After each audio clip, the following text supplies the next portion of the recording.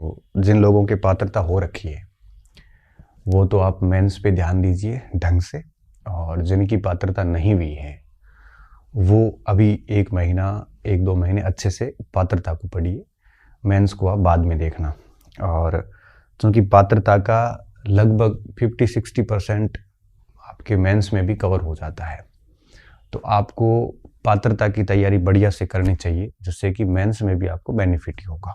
ठीक है, अब इसको तैयारी को कैसे बढ़िया से किया जा सकता है उस पर हम बात करेंगे।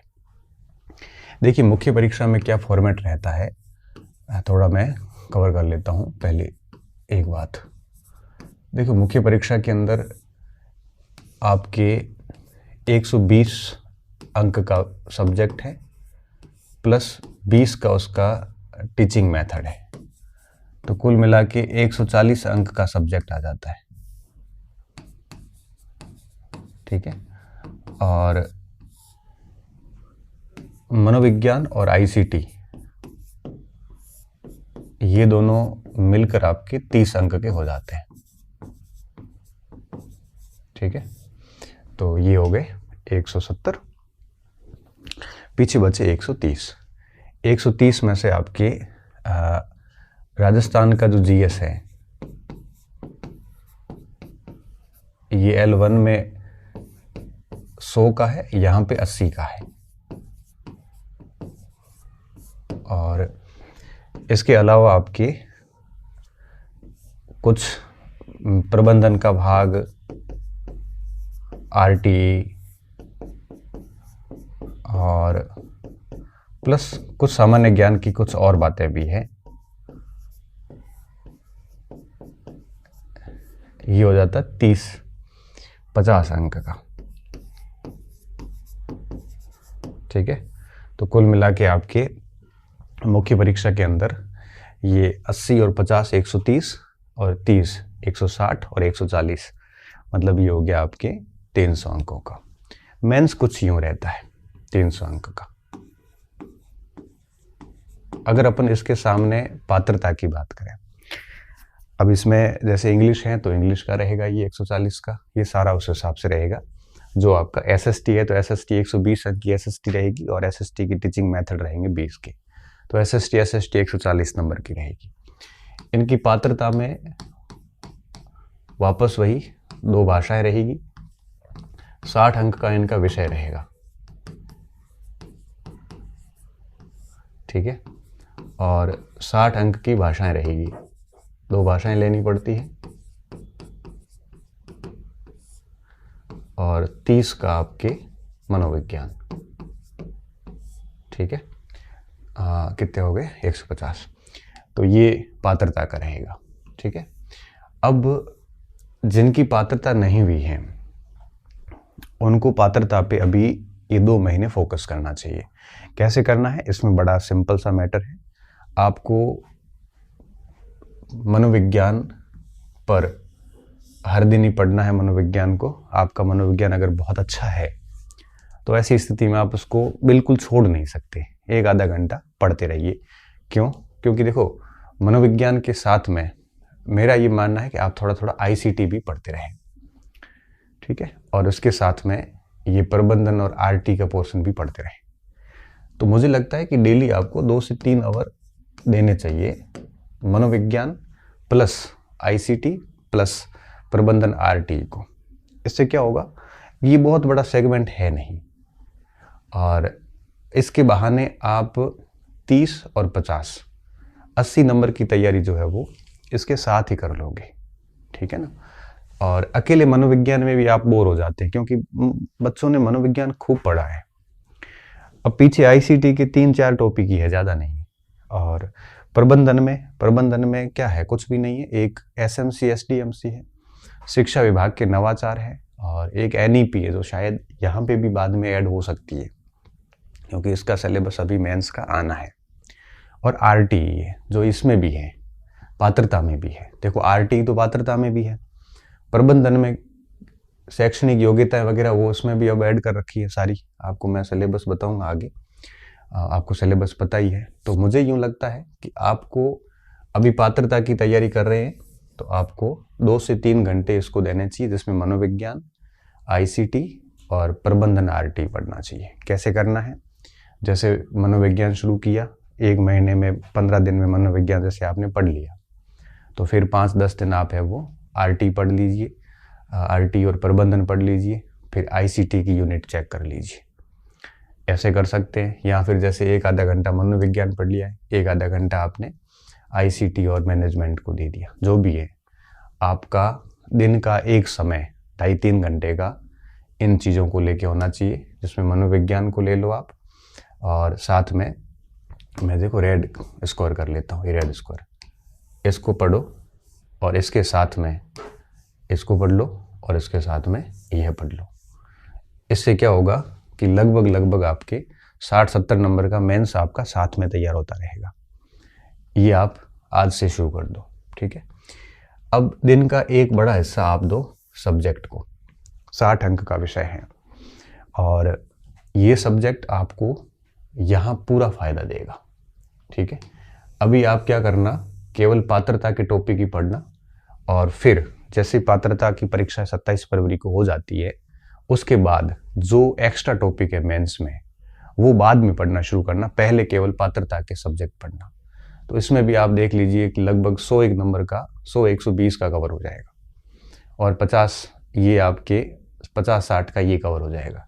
तो पात्रता की तैयारी के साथ साथ आपका लगभग यूँ कहिए कि 55 से 60% कोर्स मेंस का भी तैयार हो जाएगा। कैसे होगा, 50 और 30 80 का मतलब लगभग 60-65 का यहाँ हो रहा है, क्योंकि सामान्य ज्ञान थोड़ा अलग कर दो, और सब्जेक्ट से लगभग आपके 100-110 100 का सब्जेक्ट हो रहा है। 140 में से 110 का आराम से हो जाएगा, कॉमन इतना तो है। तो ऐसी स्थिति में आपका ऑलमोस्ट 55 से 60% कोर्स है वो पात्रता परीक्षा के साथ में तैयार हो जाएगा। फिर आपको जो 60% आपने पात्रता के साथ तैयार किया उसका रिवीजन करना है, और बाकी जो शेष पोर्शन जो अलग है मेंस में उसको आपको पढ़ना है, ठीक है ना। अब देखो करना क्या है। अब 60 अंक का जो सब्जेक्ट है, इसमें मैं आपको बहुत स्पष्ट तौर पे बता सकता हूँ कि माध्यमिक शिक्षा बोर्ड जो है वो एनसीईआरटी की किताबों पे रहना है, क्योंकि अभी राजस्थान बोर्ड की किताबें नहीं चल रही है, अब एनसीईआरटी की चल रही है। तो वर्तमान में जो आपके किताबें चल रही है उन्हीं किताबों को पढ़ना है। वर्तमान पुस्तकें हैं जो माध्यमिक आरबीएससी में चल रही है। कौन सी? आरबीएससी में जो चल रही है। आरबीएससी में अभी एनसीईआरटी ही है। अब आप मुझे पूछोगे सर नई पुरानी, नहीं और पुरानी कुछ नहीं। इस साल जो आरबीएससी में आपकी 11वीं-12वीं की स्कूलों में किताबें चल रही है वही किताबें आपको पढ़नी है, ठीक है ना। और उनमें क्या करना है, 6ठी से लेकर 12वीं तक की सारी किताबें आपके पास होनी चाहिए। उनके आप जो टॉपिक पाठ्यक्रम है उसको उठाइए और उनको लगा दीजिए। प्री में है तो प्री लिख लीजिए, मेंस में केवल मेंस में है तो एम लिख लीजिए, और दोनों में ही है तो P+M कर दीजिए। ऐसे करके और सारी लिस्ट बना दीजिए कि कक्षा 6 में कौन से टॉपिक हमारे प्री मेंस में हैं, 7 में कौन से हैं, 8 में कौन से हैं, 9, 10, 11, 12 में कौन से हैं। और उसके बाद में आप 6ठी क्लास से उसको स्टार्ट करिए। क्योंकि देखो आप कहोगे सर मेरे पास गाइड है वगैरह, तो आप गाइड पढ़ सकते हैं, मैं आपको मना नहीं करूँगा, मगर जो मूल किताबों में बात होती है, अगर आप किसी शिक्षक से पढ़ते हैं भाई किताबों के सहारे पढ़ रहे हैं तो अलग बिंदु है। बाकी अगर आप गाइड को पढ़ोगे तो गाइड के अपने हिसाब से लिखते हैं। गाइड केवल फैक्ट लिख लेगा, विश्लेषण छोड़ देगा, क्योंकि विश्लेषण सारा ले लेंगे तो गाइड बड़ी हो जाएगी। तो गाइड वालों की मजबूरी ये होती है कि वो एक फैक्ट ले लेते हैं और बाकी छोड़ देते हैं। जैसे 1857 की क्रांति के चैप्टर में कोई फोटो आया हुआ है तो पिछली बार फोटो पूछ लिए थे कि ये फोटो किसने बनाया। अब वो गाइड वाला तो क्या लिखेगा कि ये फोटो इसने बनाया। आप अगर किताब पढ़ोगे तो फोटो देखोगे ना, और उसके बाद में फोटो देखने के बाद में नीचे जब उसके फोटोग्राफर का नाम पढ़ोगे तो फोटोग्राफर का नाम याद हो जाता है। फोटो आप खुद परीक्षा में याद आ जाता है। इसलिए मैं कहूँगा ये कि अभी इतना समय है कि आप किताबें पढ़ सकते हो। शुरुआत 6ठी से करना, क्योंकि 11वीं 12वीं सीधी समझ में नहीं आएगी। 6ठी 7वीं 8वीं हिसाब से चलते रहो, और 12वीं तक की किताबें जो है उसमें अब देखो पूरी किताबें तो पढ़नी नहीं है, पढ़ना वही है जो कोर्स में है, और धीरे धीरे उसको अंडरलाइन करते जाओ, पढ़ते जाओ। इससे क्या होगा, इससे ये होगा कि आरबीएससी का पूरा पेपर इससे आता है। ये इसका पात्रता का पूरा पेपर है वो इन किताबों से आता है। किसी भी नोट्स, किसी भी आपको कोर्स ऑनलाइन कोर्स वगैरह में पढ़ने की जरूरत नहीं है। सिर्फ और सिर्फ वर्तमान के अंदर, आज वर्तमान में 11वीं 12वीं में 9वीं 10वीं में 6ठी 7वीं 8वीं में जो किताबें चल रही है वो लाइए और उन्हीं किताबों से अपना काम शुरू कर दीजिए। शॉर्ट नोट्स कर लीजिए। और मैं तो कहता हूँ कि आप पूरा दिन बैठ के मेहनत करोगे 4-4 5-5 घंटे अगर सब्जेक्ट पे, तो मुझे लगता है कि एक सप्ताह में एक किताब निकलती है। एक सप्ताह में क्या 2-2 3-3 दिन में, जैसे 6ठी क्लास में 3 पार्ट है उसको पढ़ने में मुझे नहीं लगता 7 दिन लगते होंगे।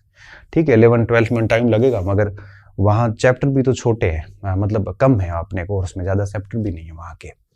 तो इस तरह से आप दिन का एक हिस्सा जो है वो आप दीजिए, कम से कम 4-5 घंटे का सब्जेक्ट को दीजिए। और सब्जेक्ट के लिए आप रेफरेंस के तौर पे अभी वर्तमान में जो RBSC में NCERT चल रहा है वो पढ़ लीजिए आप, ठीक है।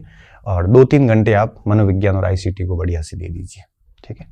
और अब शेष बचता है भाषाएं। अब भाषा के लिए आप क्या करना है, आपको एक यूँ कहिए कि रैंडम घुमाना है। दिन का एक समय 2-3 घंटे लैंग्वेज को दे दीजिए। और 2-3 घंटे का मतलब ये हुआ कि जैसे मान लो सुबह सुबह आपने बढ़िया सब्जेक्ट देख लिया, ठीक है, और दिन में आप भाषाएं देख लो, और रात के 2-3 घंटे आप ICT और मनोविज्ञान पढ़ लो। ऐसे कर लो। भाषाओं में आप रैंडम करो, जैसे पहली भाषा है 10-5 दिन उसकी ग्रामर और विधियाँ पढ़ ली, क्योंकि विधियाँ मोटी मोटी कॉमन आ जाती है। उसके बाद में अब जैसे कोई इंग्लिश का स्टूडेंट है तो इंग्लिश में एक भाषा तो उसकी वैसे ही ठीक हो जाएगी। और जैसे कोई हिंदी का स्टूडेंट है या कोई संस्कृत का स्टूडेंट है या कोई सिंधी उर्दू का स्टूडेंट है तो एक भाषा वैसे ही उसकी ठीक हो जाएगी। तो एक भाषा पढ़ी, उसकी मेथड पढ़िए, फिर दूसरी भाषा पे आ गए, ऐसे रैंडम उसको 2-3 बार पढ़ लो। बस इतना ही करना, ज़्यादा कुछ करना नहीं, क्योंकि ये भाषाएं जो है वो अल्टीमेटली मेंस में काम नहीं आनी है आपके। तो मेन आपको फोकस इस 60 और 30-90 पे करना है, ठीक है, क्योंकि ये दोनों के दोनों मेंस में वापस आने वाले हैं।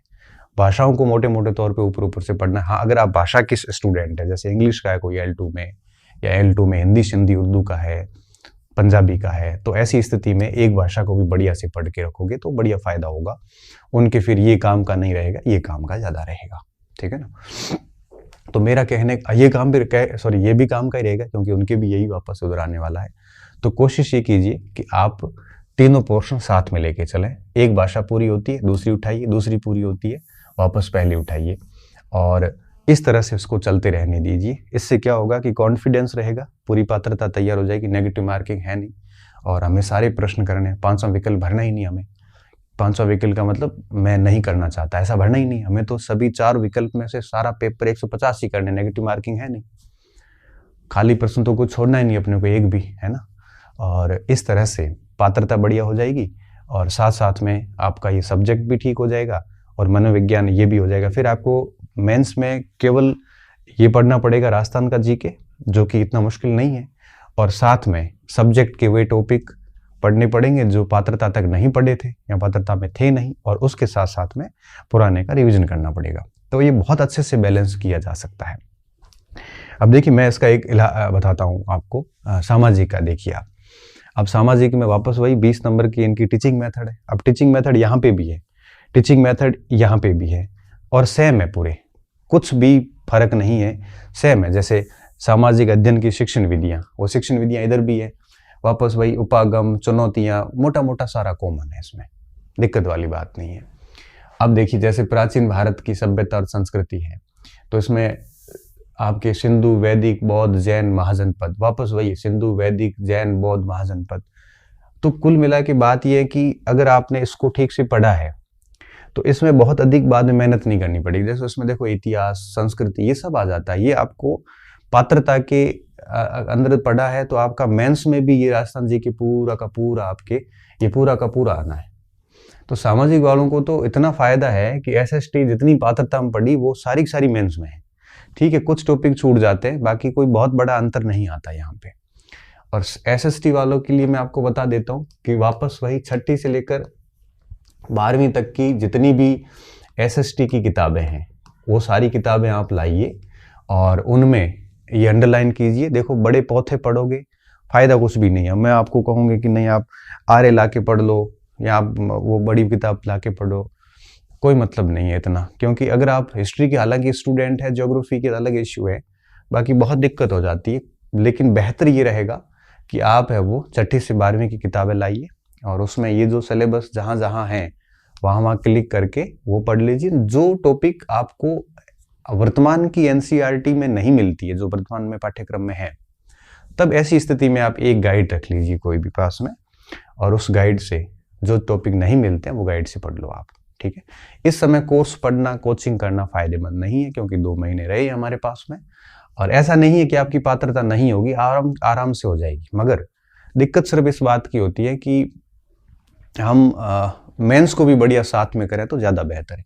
ये 3 कॉलम जो रेड की है ना, ये नए जुड़े हैं इस बार। और एक इन्होंने नीचे लाइन बहुत स्पष्ट लिखी है कि राज्य सरकार द्वारा निर्धारित पाठ्यक्रम जो है 2024-25 का, इसके आधार पे पेपर बनेगा और कठिनाई 12वीं तक के किताबों की होगी। इसलिए मैं कह रहा हूँ कि ये सारे टॉपिक आपको 12वीं तक की किताबों में मिल जाएंगे। भूगोल के अंदर भूगोल के मिलेंगे। जैसे मैं आपको एक पॉइंट बताता हूँ, अब ये जो 2 पार्ट है ना भूगोल के, और ये 2 इधर, ये सारे आपको रास्ते उसमें एनसीईआरटी में मिल जाएंगे, सारे के सारे, अभी जो चल रही है 24-25 के सेशन की। उसमें 6ठी में इस बार एक नई किताब जुड़ी है, पहले थी नहीं, सामाजिक और राजनीतिक जीवन, ठीक है ना। पहले एक अलग आती थी तीनों किताबें, अब इस बार एक अलग जुड़ी है, तो वो नई वाली किताब पढ़ना आप। अगर वो किताब आपको नहीं मिलती मार्केट में तो ई पाठशाला ऐप पे मिल जाएगी, नहीं तो मैं फिर आपको अपलोड कर दूंगा टेलीग्राम के चैनल पे। 6ठी क्लास के टॉपिक है उसमें, ये सारे टॉपिक उसमें 500 उसमें से आ जाते हैं। इस बार राष्ट्रीय शिक्षा नीति लागू होने के बाद में एनसीईआरटी ने एक नई किताब 6ठी में जारी करी है, बाकी सारी किताबें हटा दी। अब 6ठी में एक ही किताब है सामाजिक की, और हमारा अतीत फर्स्ट वो पहले चलती थी, इस जगह उन्होंने नई डाली। आप वो नई वाली पढ़ लेना, है ना, सामाजिक के अंदर।